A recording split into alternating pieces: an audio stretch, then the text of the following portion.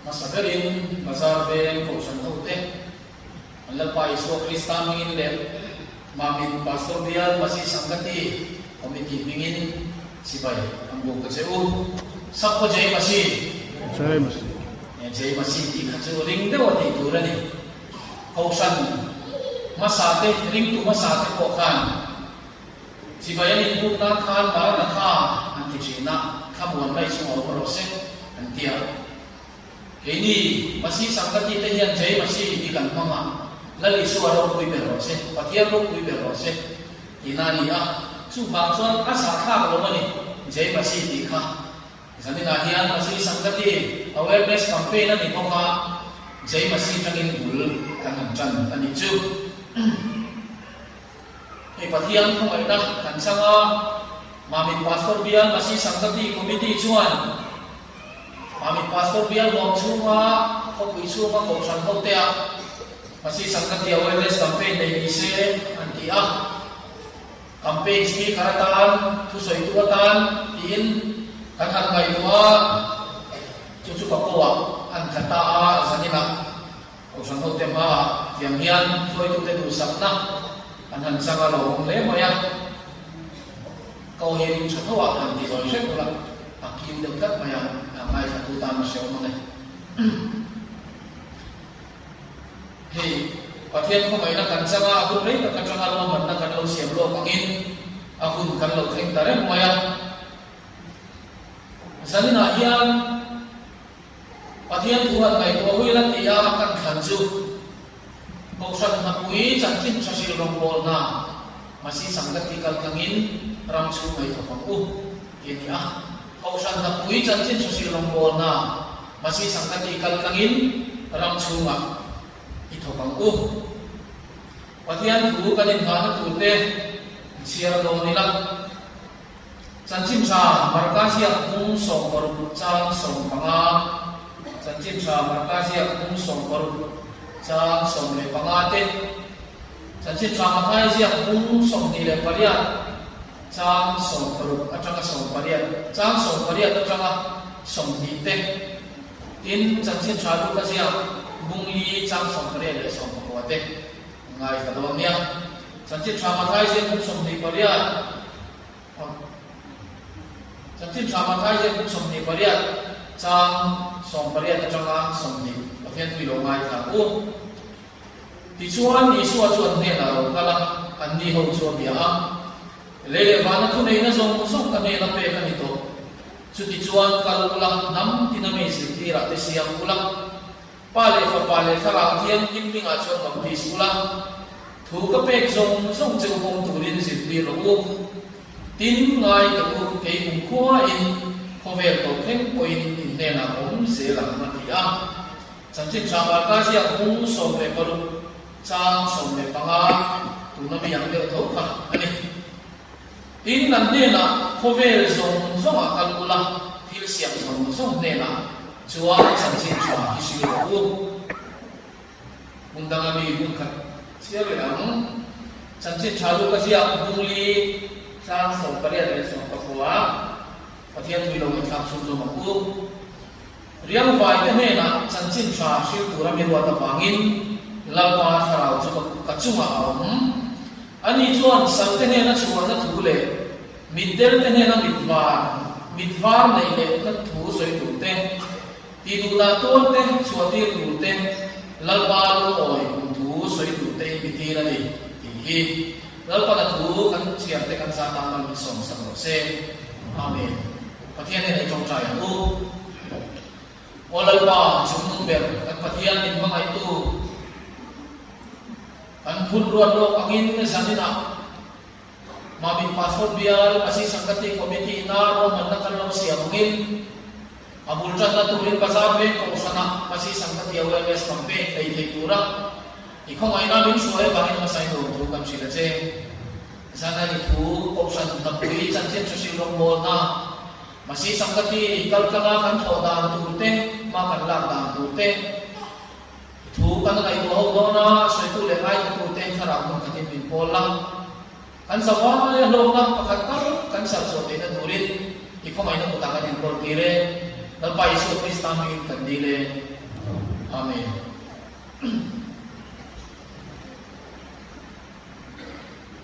masih sangkati rombol ka kui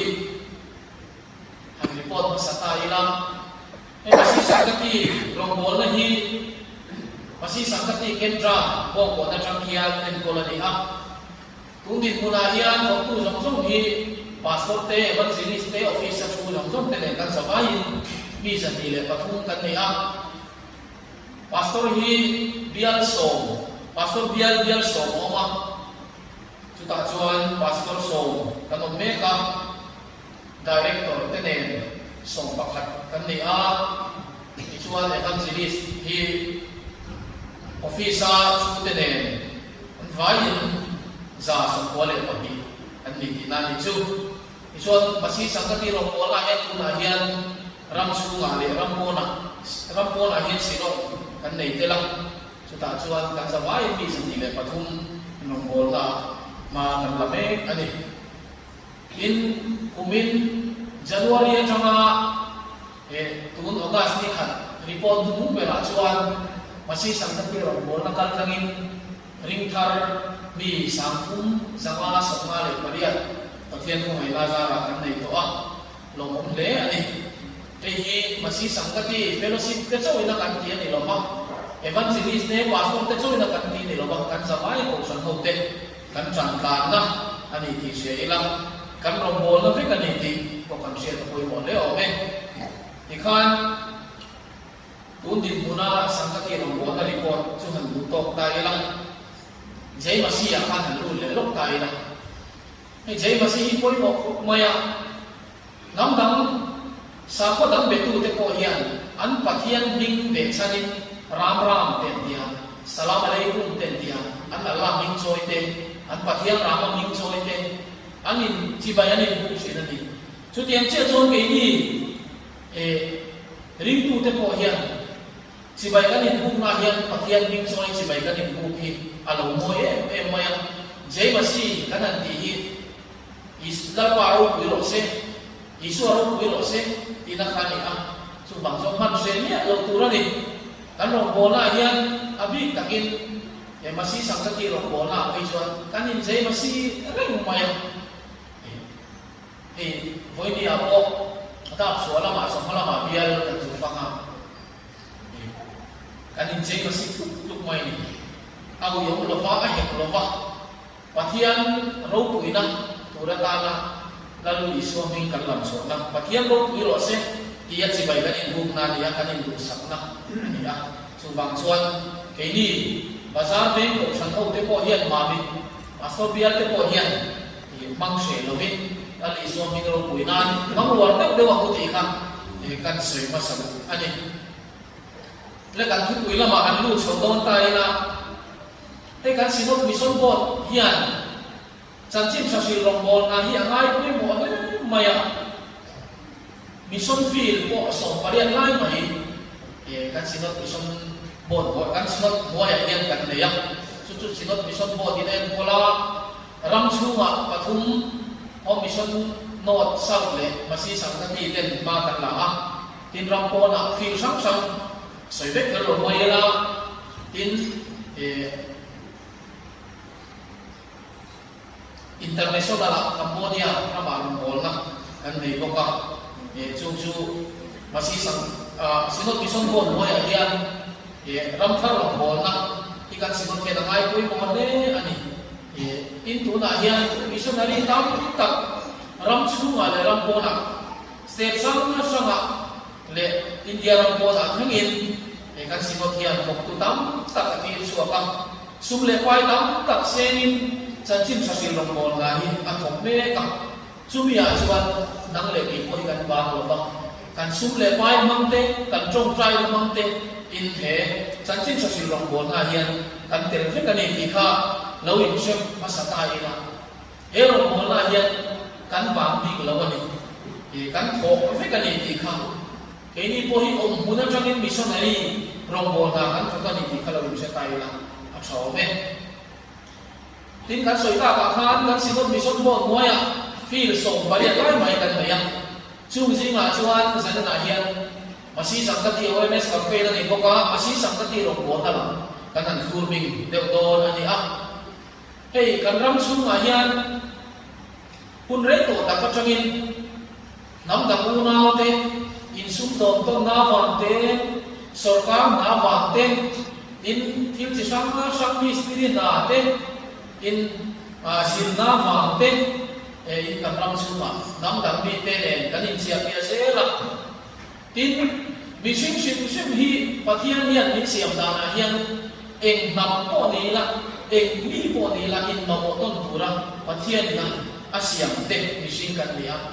chu wang chu kamram suma ngai po hian zoram suma hi ma mi thom chu chu po hian te kin na nam tai la nam dam u nau te lo hian kan ko sa kai ko mi alo ni he kan singa trong dang mangte Bengalian ni mo trong dang mang Hindi trong mangan ni mo Nepali trong mangan ni mo ka ka din na so ni sa ta trong mangan ni mo kan ram sunga ngai ko he ta kan ahwam jim zo ka nen point kan in sia pia na sa to pa ya in ma moton ve kan ya wangin pathia din na mishing te din siam ta na le wangin kan he kan ram chunga kan cheve la nam da kuna te hi entika ma in chia pia lo ka to ni om don lo kho ve ram chu so ne te ni kan ko sak ta tu ani to tin hei ram chak kang zel te abi takin e ma mi district te ko ba kan so so zela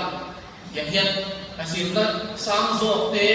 in college sa lecturer te sin lai atiam khan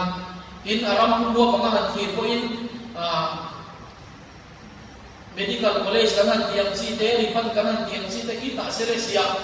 animal husbandry kan ti lam te ikfai kanan tiang si he so mayan nasale zual zo kin tu na yan zirlai te rampo na tam ko in chok dang mang te anon lu du mai ni zirtir tu te po in medical te lama te po ma kan so so zela doctor chazo te tiam zo te po specialist te ko non lu so zela tin technical lam thila ko na wang te thil chi sang sang wangin kanin chia pia so ze la ni tin hei bazar ve wang chu chau ko yan bai ko tai la kan che ve la ko nam da u na te trong da mang te tam tak no mani heng so wa so wang hian heng nam da u na te hi voi lia hian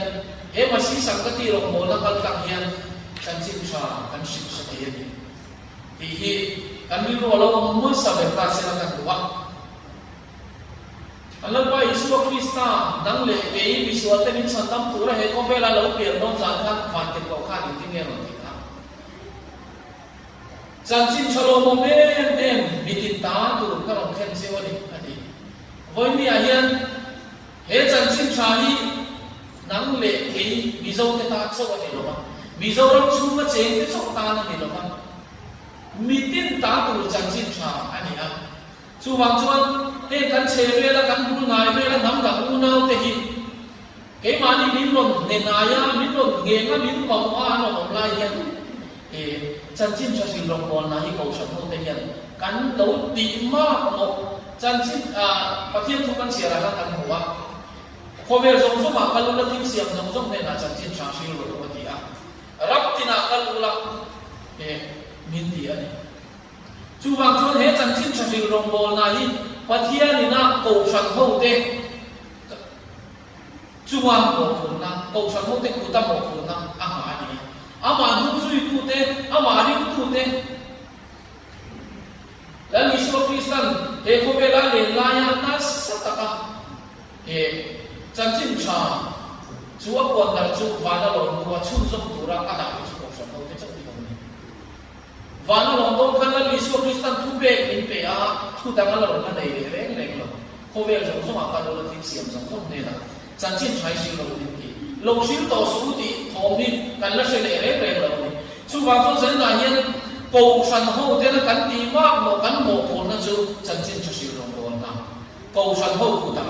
kan pathian ni a chu ko san ho chu tu nge kan ti zo nang le ke hi kan ni zan na hian kan han soi kai chu tu nu na hian nam da mu na te ke mani min ma mo zo kin kan ram su ma chan chi sang sang awangin a sum do na wang te na tho tu wang te sin na wang te sarkar na wang te chi sang sang awangin kan se ve la mo ani en ti na pakat chawan soila sil ja kan pe kha ba ka pai pe ya kan mi so dari te na an tu soi chu he diam ni ba ka pai pe ya chong rong bol na hau tak le ani he mai pera nam ta una om te hian e da ram ri zu ka na kan mi zo una u chen khate su che ta chiam ta ke na mu sia rong bola har em mai ni antina ta yer ko kan len lu chale ke lo wat chu mi na lang siang em chu state ko kan pe china chu rong bola har sa em mai tin abi takin kan rong bola te hi nam duai nu so te chak lo zo te dong kan mai zo te chu bulan rong kan bol kan kuya kan mission field tam tak hi chung ji nga chuan nam sang zo te hi vai ti bol ta bai la awareness campaign ni ko kan dam u nau te hi ram bol kan pe china chuan har sa em mai ni chan chin cha ka direct takin kan pa sil thelo tin abi takin tu na tung din na pe chuan state tam takin anti conversion law sa ko pakata changa sa ko da ngai le na do da na tan na chung su bun tam ta ka pa sa ni ko chu wa chom long bol nei har em mai in man ni lo ka ka chien pa an long bol kui passport thu lak na wi som fi la mi ne kan India kan fellowship pa ni chu kan in khom changam to reng lo kan in khom do na kan an khom de chuan abu nai vela RSS hoten police ron suai anom duty tak zel mai chang pe chon kan ring tu ten kut an tor chang au ma chu bang chon fellowship pa ni pe chu kan kham ti to la dia chu mi na tilang sia em chu rampo na hian chan chin chasin rom bol na hi a har sa to em mai ni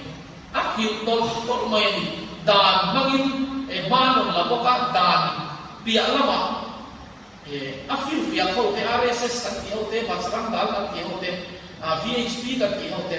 nas takin man la bok sia chu mi kana chuan e ram ko na kan tir chuak kan missionary te hian e ram bol har sam ti le to ni amai ro chu pathianin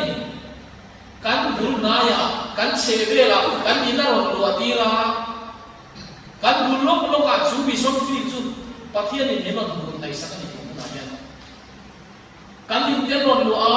min ron bam a kan bian hi mi zau sakani o ani lawan hekte ko nam dang sakani ma min ron bam ani in lo dang tua chu hun tak mai chu thir de chuan thira den chuan anin lai takin alo den chi ne ti chuan a du dan takin a chem chu ka chem moi tak te tu tho siam tak te a chem chu chi chu tiang che chuan he nam dang u nau te ali su krista ri tu la ni lo te hi voi ne gen ke ma ni min ma moi kan ram chu na ma me kan kan su le mai ten ma wa kan in te an lu an ma wa in lo na ten ma wa su to na an thil zo te leitu turan ma wa min ron ma wa chu min ma wa ngak ta ka chuan ke in man ruwa kan lo ma ma la li su kristan thu pe min pe he chan chin cha ke ni cho kan lo pe ve thu no chu chu ko san ho te hian kan in lu te kan do lu te voi khatal chan chin cha hi kan lo shi ve kan te hi voi ni ko san ho te kan ni le ta chung lin ka sia kan lo la sin ngai lo ni chuan nak tu ko trai buli chan ko sa din a so kan thei lo ko ni ve trong ka thiam lo kan ti chin ro cái số evangelist te pastor te trong thiam mo ti tu lo kan ti ni ve ma se kan in te satur te kan biak in te satur te chuan em nam dang u nau te mi zo to min kan ve thei ma se chan chin cha chu ban shi ni khat lo kan in le ta chung ka she ko san te kan tu dan tak kan in tu dan design te kan biak in tu dan design song song te kan shi se te sia chan chin cha kan shi te khat lo zala yang ko san te ko kan in le ta ko yo le ni china en tin na thir de ni thiralin la ya de kan se em che na tu na yen ling fa tin e kan nam ta tu na te kan tu vera mo ni chu mi hun tak chu ko san ho te hian rem cha ma la in the to chu in la ni so kristan thu min pe ki he chan chin cha si long bol na hi masi sangati kan kam yan ilo ko tin ai zo la ko san pa pa khat an vek chu ka soi lo ma ya na masi sangati long bol na tui lo fe khop ma ya he ti hian na ti ni kan ne ven chis pa khat me na so he nam dang mu na te hi be chen su sa kon nei ve tho do ati kare na ni sa kon nei ne na ni biak pathian kon nei ne ma ro chu la li so krista thu min pe anti sen mo ka kun ngam do lo ni chu la li so thu min pe ki da shi chaman ko do lo amaro chu tu na chon chu pa chon masi sangati ro bol na koi mo sia se tawa ina sa ka kinai ngam do alo mo khop mai pathian ni kham ya rin ro kun kha sang tu na chon na sa takin hei to chu in an ko sana changa masi sangati committee ya ke ro bol na sa takin ke pe lo mo khop mai oni ko yang ke ni ko ya masi sangati ro bol na hi kan lo na se thiam lo ni mai thei trong thiam chok te ti tu le mo ko kan lo ti ni mai thei ama ro chu kan sa mai kan te ti pe kan la li so krista thu min pe kan ya kan mo khu na ya kan tu wa ma ni ya kan sa ma ya kan tho ko ni trong kan thiam lo ni ko in kan in mo ya dam dam ku na te kha kan in kon lo tu te kha ron kal thar ho me ron kal thar te no chon kan le fan sinis te kha kan sil fa kana kan in pula kan in mo ya nam dan ring lo rin no ma ron kom te a kan ron bola kan tho ko do ni trong kan thiam lo ni kon kan bial suwa kan bial che nom lo ka passport te ko ka to mai kon sinis te ko kan to tina mo ron bola ngai ni chuan committee te ko in ma kan la ti khan kan le fan sinis te chuan kan bial suwa dam dam om pe so na som kha an ni lo som som ne an se fai kin ke lo mai thing kan chu kan le fan sinis ka so ta hin tharau da ya elai bazar ve a chu aki pa koi khan an ro ni lu suwa da kha ro se ve lo mai thing ma se ke ni chuan helai a ve nei tu ka ko san nei tu ka chuan kan se ve lo om te chu kan se chiang e pe chu va chu kan de fan series ka kan chan kan lo chan ku yang e mala mu tu kan de e chan chin chu long bo na to na tu kan de kan tiang ti khang kan tho ho chuan kan sa fai kan chan chin chu long bo na kan tu do na poi mo ne mai de ro zanina hian in mi chen ka chuan masi sangati long bo na kan de fan series te thong tu te missionary lo ni mo sia te ko ka min ka sia ko sa no si na ram ko na kan tin chua sinot mission ko tina mission fi sak sa ti chua te chu kan missionary li ani a in home missionary ta na kan roi te ko kan missionary viawa sangati noi to te kan missionary le te kan lo te kan den le ngai ka sia chu chu ne nge asin kan ti masi sangati lo ko na hi e kan ngai sang lo viawa ti te ko ti kan mune video te ko di bai ke ama ro chu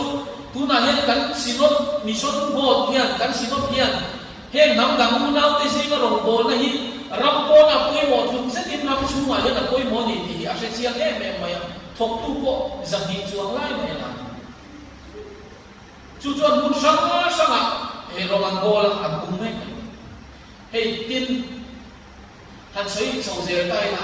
e kumina ni lai le be wol tu puya ki so ram presbyterian ko san chin kan sila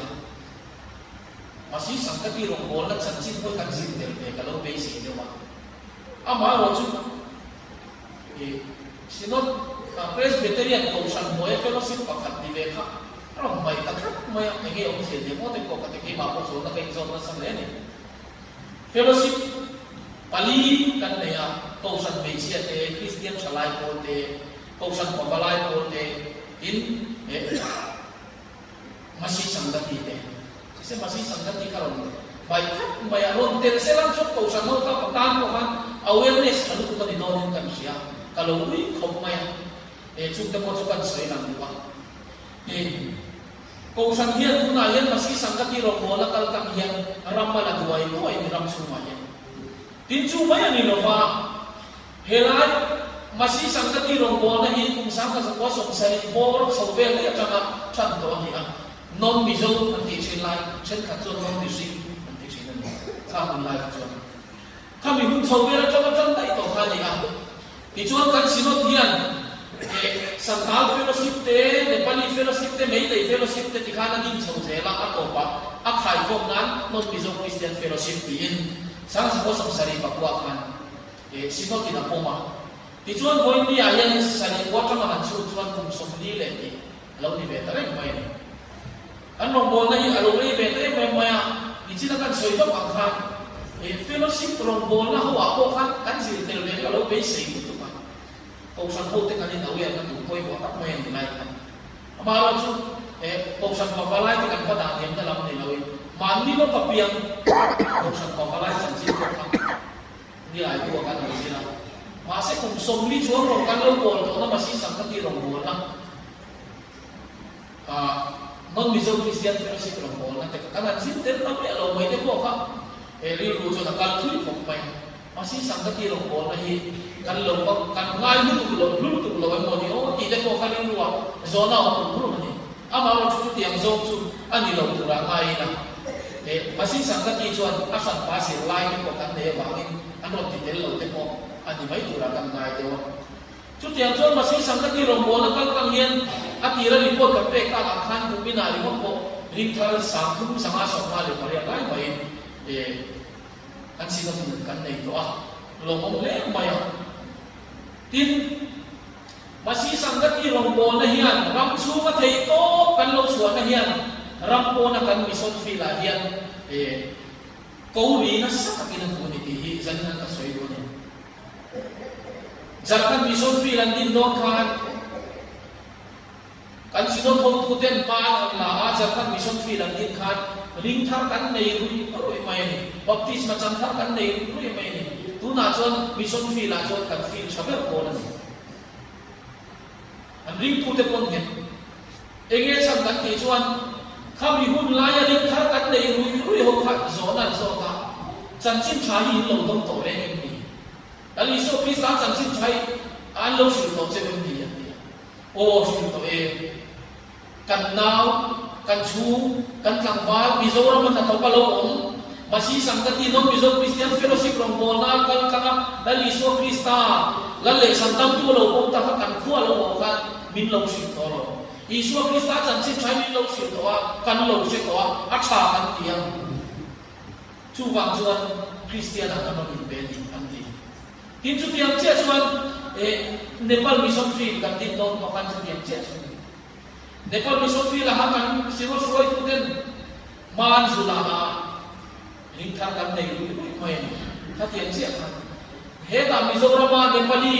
service Nepali fellowship ina romalo ko na te don Mizo Christian Fellowship ro na kal kanga kan Nepali unaute pathian ako ngai na changala Isu Krista san chin cha ba an mun tha kan la bon te an mani nam tu yang nam an unaute ve ya an mani ra ma kir le ba kir le chan chin thasi ro ko na lo zo thong tu te khang ho te kan kan kha pathian in na sa ta in na lo to ka tu na ko Mission Field chang tu ta Nepal rama pun dia lai kan nei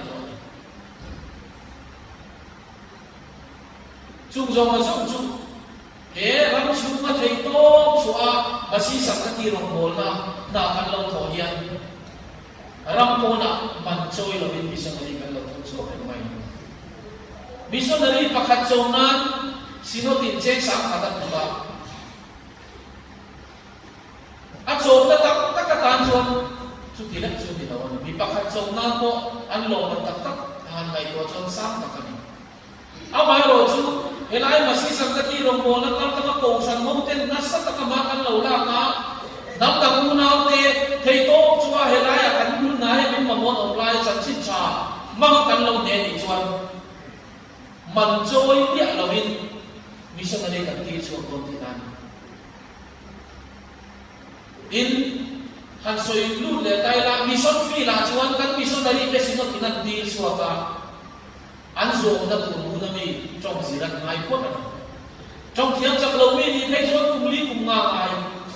a thiam chak dan chuan kum khat kum dia an pathian thu tu to ke sai kai mai amaro chu trong man mi ni lo kai chuan kum tam tak mai amaro chu hem nam tak u nau te ke ma ni mi ro ma mo nai tak ro nam te na li so Krista chan chin cha manga an nun pathian ni tha tak la ma ni kan lo sim sia to ba ban ku pathian ni tha tak la ma ni chuan trong zin chom ngai bia lo na le thu na khan an soi ba pa the ni chu an khuan ki le huna an nam an chian te an chu ko si nga khan la li so Krista chan chin cha trong zin chom ngai bia lo na ko so hin tin mana ngai bia lo an kal man kon ma ni ta ki na hin sen so se sino tin su ma sen na ngai chu fa chu thei to chu helai ram chu ma si sang ka ki ro mo la kal ka na chan chin chu ro mo na kan se ve la mi nam na ku na te kan lo sim sia hian na sa takin ram ko na missionary ram ko na kan lo ko kan ni na sia koi mo le ni chu chu mun bi fil ba hi ve le kha e ti la ta kan ma ni kan sidot mission fil ta ta ki chu tiam chu ni ram chu nga non Mizo Christian Fellowship ram ko na te masi sangkati ram ko na te Nepali service te Meitei service te Santal service te chu local kui bek bek atanga pathian thuan lo sia ta tangan ka khap tak lama khap tak lama lo ta te an ma ni nam kui u nau te ve ya thei to so ap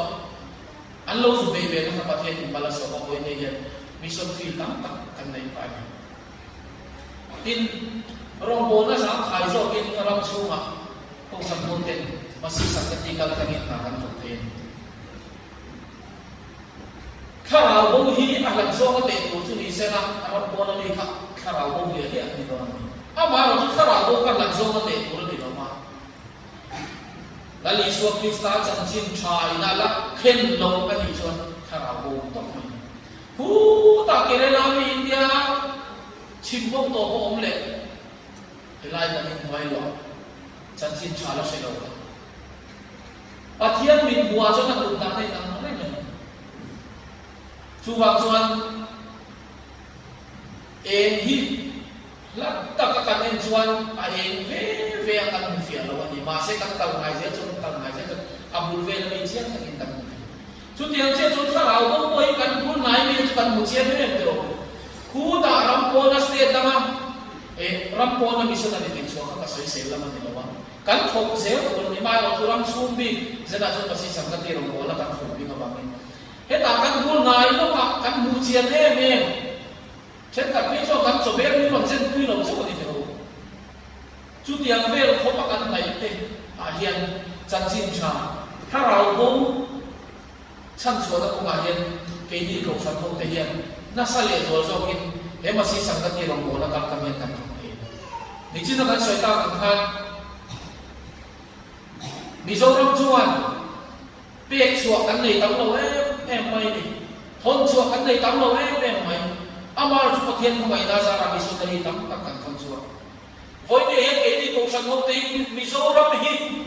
Christian factoria kan din thar le koi mo le na sia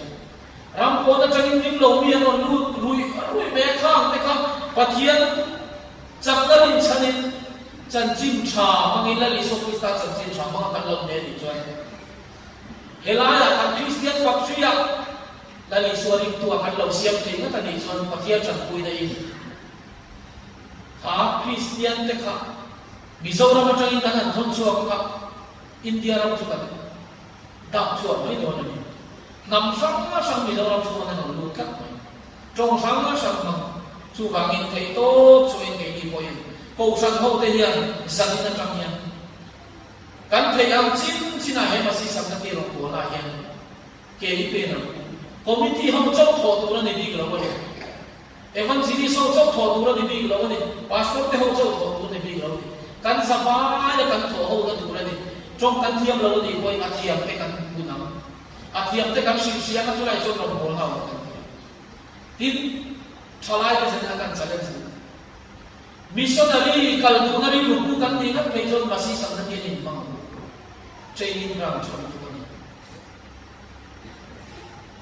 kan mission fila kan pastor pakat chon he tiang na soya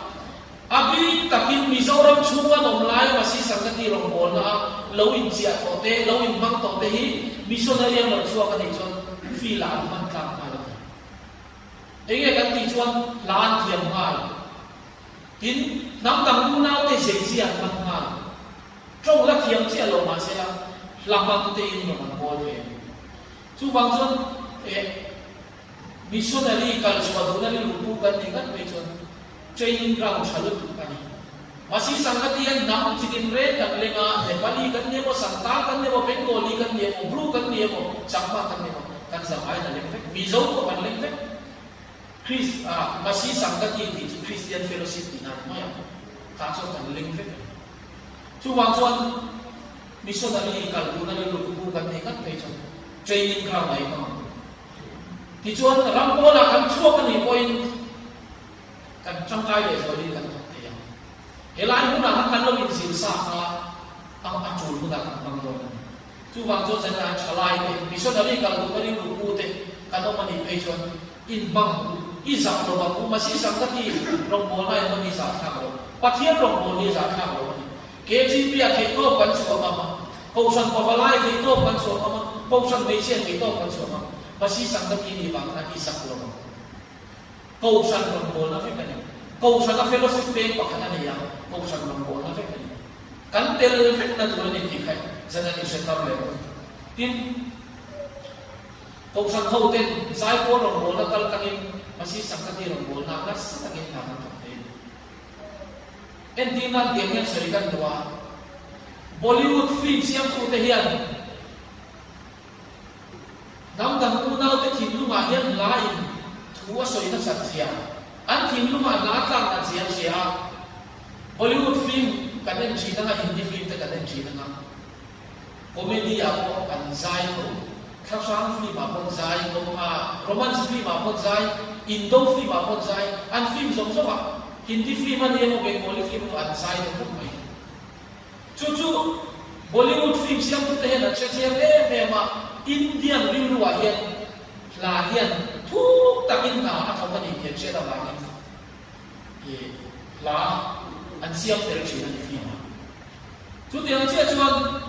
kini kausan hotel pohian lamangin masih sangat di rombongan na sa takin na ini miso dai kan fa nei le koi ti ro nam dang unau te chu tinia ko akimila sai ti lo tam ta ko ini miso su kan fa nei tu ko mali de ko kita ni de kan sai te me nya kimili kan fa nei tu tak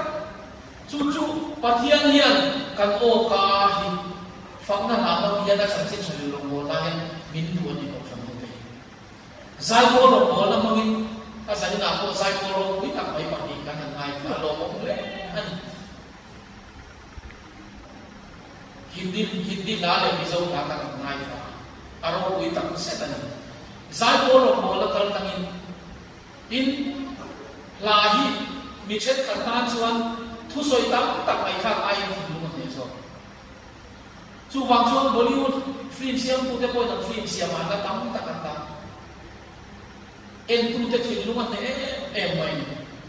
chu tiang che zo ke ni po hian kan ko sang po hian sai po lo mo la kal kai ma si sang ka ti lo mo la ke kan pe ni kan wa nei mi zo chu